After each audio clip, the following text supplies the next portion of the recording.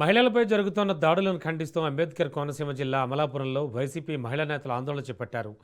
మాజీ ఎంపీ చింతా అనురాధ ఆధ్వర్యంలో ఈదరపల్లి గ్రామంలో నిర్వహించిన నిరసనలో మహిళల భద్రతపై ప్రభుత్వ తీరును తప్పుపట్టారు. గుంటూరులో మహిళపై జరిగిన దాడి ఘటనను ప్రస్తావించారు.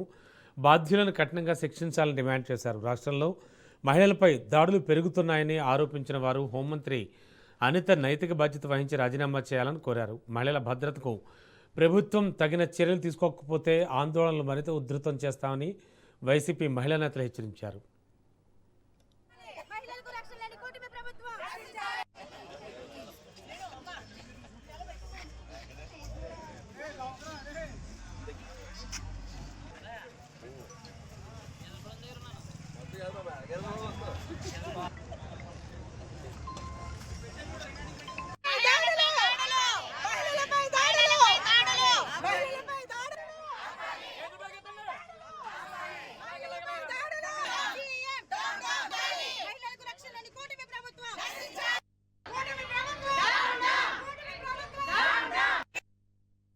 గుంటూరులో జరిగినటువంటి మహిళపై జరిగినటువంటి దాడి ఒక కుళాయి కోసం అని చెప్పేసి ఆవిడని వివస్త్రం చేసి కుటుంబ సభ్యులందరూ కూడా ఆవిడని వెంటాడి వివస్త్రం చేసి రోడ్డు మీద నిలబెట్టడం జరిగింది. స్థానికులు దానికి స్పందించి ఆవిడని రక్షించడం జరిగింది. ఇలాంటి దాడులు ఇది మొదటిసారి కాదు, చాలా చోట్ల కూడా చూస్తున్నాం మనం.